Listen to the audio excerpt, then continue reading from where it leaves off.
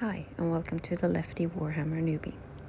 This is my first full video and I wanted to show how I finish my tyrannids when painting. I am sure there are many real talented miniature painters out there that will cringe at both my technique and the finished products, but I want to show an easy way for other newbies on how to easily create some effect on the miniature figurine other than just splashing on some paint. First, you see me putting shade on the entire figure. The type of paint is called a shade and the color of this shade is called Coralberg Crimson.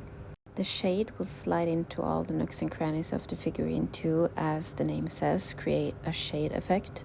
The paint is really runny, so you don't need a lot on the brush, and if you feel like you get too much on the mini, just dry off your brush on a piece of paper and put the tip of the brush onto the area.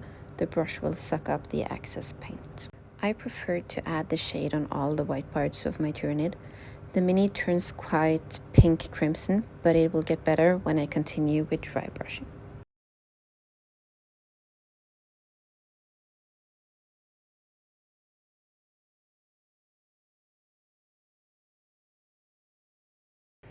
As I move on to the dry brushing, I use a base paint with the name Corax White.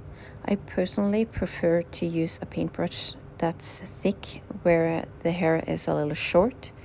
If that is the best, I don't know. Maybe you have a tip?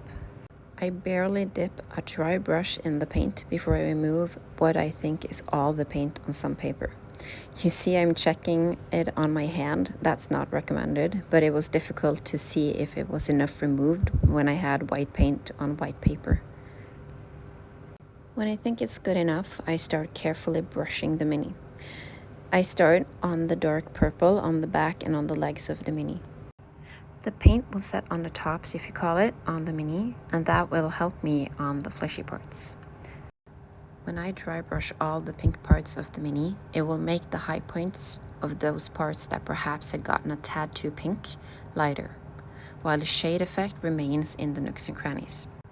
The lighter you wish those parts to be, the more dry brush you add.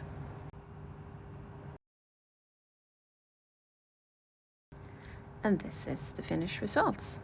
It's my easy way to do the finish on a tyrannid that works for me. I hope you enjoyed this video.